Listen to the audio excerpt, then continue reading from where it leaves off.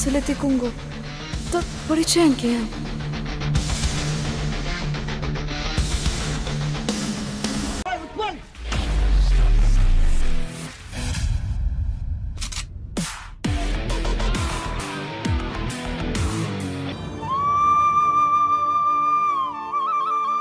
मी तोरे निया जाऊरीगा ए आनंद मुहूर्त हेना कि हान आहान खाल कोरिया मोर मोने हान चांग हान बुरियो सेता। तो आप में से कई सारे लोगों ने इन 3 अपकमिंग मूवीज में से किसी एक मूवी का ट्रेलर तो देखा ही होगा और कुछ लोग इन मूवीज को देखने के लिए एक्साइटेड भी होंगे। पर क्या आपने कभी सोचा है कि विष्णुप्रिया मणिपुरी लैंग्वेज में आज तक कितनी फिल्में बन चुकी है, ओवरऑल हमारी इंडस्ट्री कितनी बड़ी है और इन मूवीज की हिस्ट्री क्या है, हमारी फिल्म इंडस्ट्री की हिस्ट्री क्या है और इस सब की शुरुआत कैसे हुई? और इन सभी सवालों के जवाब आपको अगर जानना है तो इस वीडियो को जरूर देखिएगा।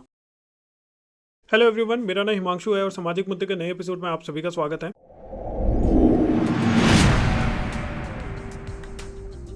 तो वीडियो का टाइटल देख के आप सब समझ ही गए होंगे कि बहुत ही स्पेशल वीडियो मैं इस बार लेके आया हूँ और इस बार हम डिस्कस करने वाले हैं विष्णुप्रिया मणिपुरी फिल्म इंडस्ट्री की हिस्ट्री।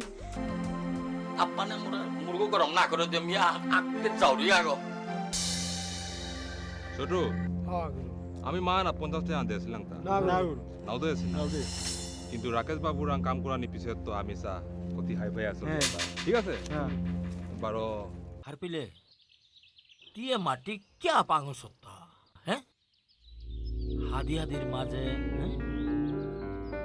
নকলু তাপুরিয়া কুসিংকো হ্যাঁ This is Mega, right? Hi. Dia busita to na pahuro thuni. Na. Usale kitau na.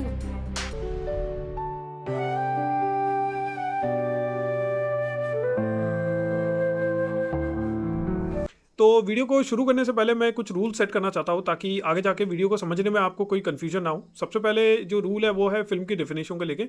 तो यहाँ पे हमने उन्हीं फिल्म्स को कंसिडर किया है जिसे हम अपनी जनरल लैंग्वेज में हम इसे एंटरटेनमेंट का एक साधन मानते हैं, जो हम टीवी में अक्सर देखते हैं। वैसी मूवी जिसमें गाने होते हैं, स्टोरी होती है और कई सारे कैरेक्टर्स होते हैं जिसके साथ हम एसोसिएट कर पाते हैं। तो इसीलिए इस पूरे वीडियो में मैं डॉक्यूमेंट्री फिल्म्स के ऊपर इतना एम्फेसाइज नहीं करूँगा। मैं म्यूजिक वीडियो एल्बम्स के बारे में मैं ज़्यादा डिस्कस नहीं करूँगा या शॉर्ट फिल्म्स के बारे में मैं ज़्यादा बात नहीं करूँगा और हम स्ट्रिक्टली अपने जो फिल्म की डेफिनेशन है उसके साथ हम स्टिक करेंगे। तो दूसरा जो रूल है वो ये है कि यहाँ हम जो भी मूवीज के बारे में बात करेंगे सारी की सारी प्राइमरली विष्णुप्रिया मणिपुरी लैंग्वेज वाली मूवीज होगी। प्लीज कमेंट सेक्शन में ये ना कहिएगा कि XYZ मूवी के बारे में आप क्यों नहीं बात करते जिसपे विष्णुप्रिया मणिपुरी लोगों ने काम किया है। तो बिल्कुल उसका क्राइटेरिया भी मैंने काफी क्लियर कर दिया है। और तीसरी जो रूल है वो यही है कि हम यहाँ पे मॉडर्न फिल्म के बारे में बात करने वाले। अगर पास में अगर कोई ऐसी मूवी किसी ने बनाई होगी इंडिविजुअल प्रोजेक्ट जो शायद लोगों के बीच में काफी पॉपुलर ना रहे, तो शायद उन मूवीज को भी मैं यहाँ पे कंसिडर ना करूँ और मैं मेन मूवीज है उसको मैं लूंगा जिसकी इंडस्ट्री में काफी ज्यादा मतलब इम्पैक्टफुल रही है और जिसकी वजह से इंडस्ट्री को काफी शेप मिला है। तो एक और चीज़ मैं मेंशन करना चाहूँगा कि ये सारी वीडियो में जितनी इन्फॉर्मेशन आ रही है ये या तो किसी ऑथेंटिकेटेड सोर्स से आ रही है या फिर किसी क्रेडिबल सोर्स से मैं आपके सामने प्रेजेंट कर रहा हूँ।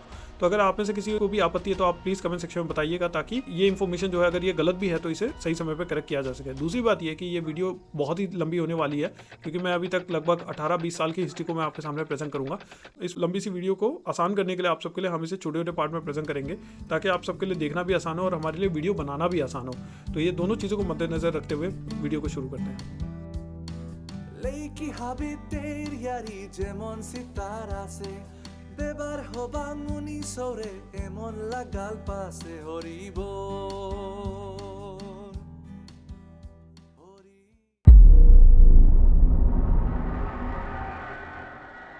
तो विष्णुप्रिया मणिपुरी फिल्म जगत की जो इतिहास है वो शुरुआत होती है उसकी सन 2006 से।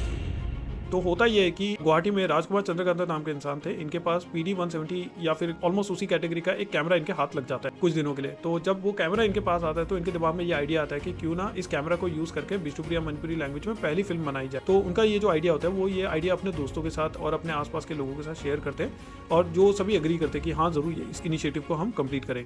तो इन सारे लोगों में जो एक इंसान था जिसका नाम था जयंत सिन्हा, ये इससे पहले बॉलीवुड में इनका एक्टिंग का एक्सपीरियंस था और वही एक्टिंग का एक्सपीरियंस जो है ये ला के शेयर करते हैं और ये भी डिसाइड करते हैं कि ये अपनी सारी नॉलेज और एक्सपीरियंस को इस फिल्म के लिए कंट्रीब्यूट करेंगे। और ऐसे ही करके फिर कई सारे लोग आपस में जुड़ जाते हैं। इनमें से कईयों के पास थोड़ी बहुत नॉलेज थी, कईयों के पास नहीं था, लेकिन एंथुसियाज्म सभी के पास था।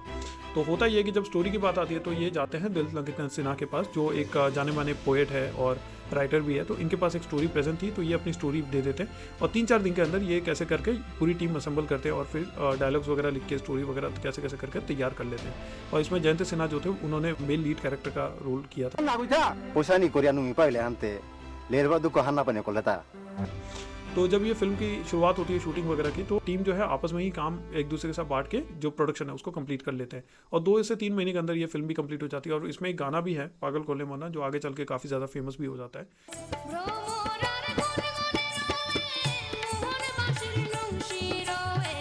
पागल कइलो मन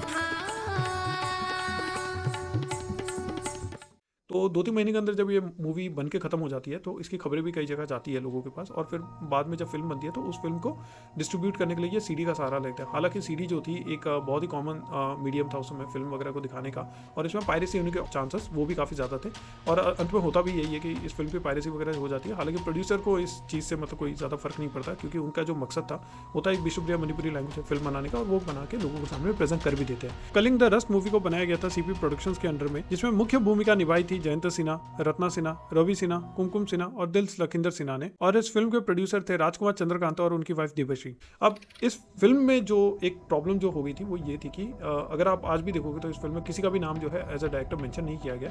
तो उसके पीछे का जो कारण है वो यही था कि क्योंकि सभी लोगों ने इस फिल्म के प्रोडक्शन के लिए जो है डायरेक्टर के जो भूमिका होती है उसमें गाइडेंस वगैरह जो होता है वो सभी ने कुछ ना कुछ कॉन्ट्रीब्यूट किया था।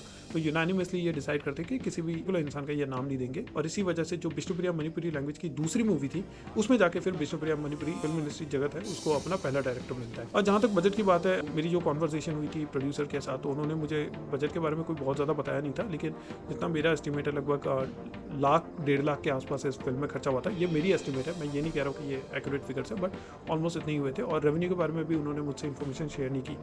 तो यहीं इस फिल्म के प्रोडक्शन के बाद फिर शुरुआत होती है विष्णुप्रिया मणिपुरी फिल्म इंडस्ट्री की, और यहीं से फिर ये सिलसिला आगे चल के काफ़ी सारी फिल्मों में कन्वर्ट होता है।